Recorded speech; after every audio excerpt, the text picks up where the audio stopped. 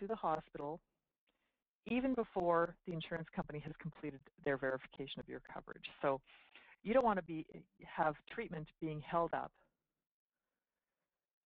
for, waiting for the insurance company to verify your coverage. That is, I mean, you want to, if you need emergency surgery for whatever reason, you want to have that now. You don't want to be stalling or having the hospital in the U.S. stalling that treatment because you can't get that guarantee of payment from the hospital.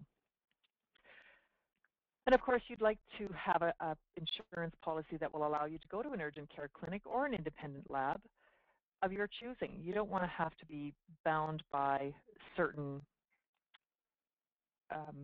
clinics or certain hospitals because those certain hospitals or clinics might not be near to you. They might not be easy for you to get to. So you want to be able to go to the nearest clinic.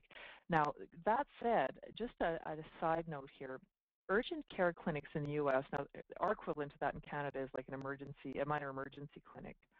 They call them urgent care clinics in the U.S., as you know.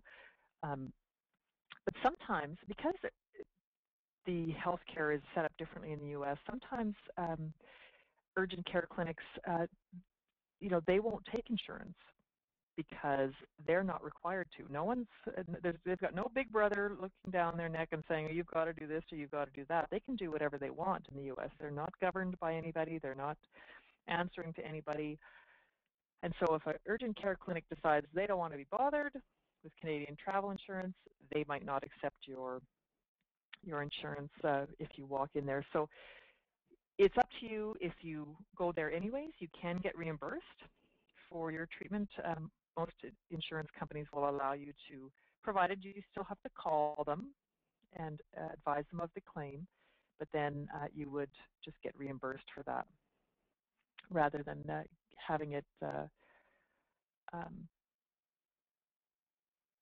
pay direct to the hospital. So it is an option, but when you buy your policy and you leave on your trip, you could actually call the assistance company and just let them know you don't have a claim right now, but you'd like to know which hospitals in the area that you're staying will actually accept their insurance, and they will do that for you. They will give you a list of hospitals near you that will accept their insurance. So that can be very, very smart move to do.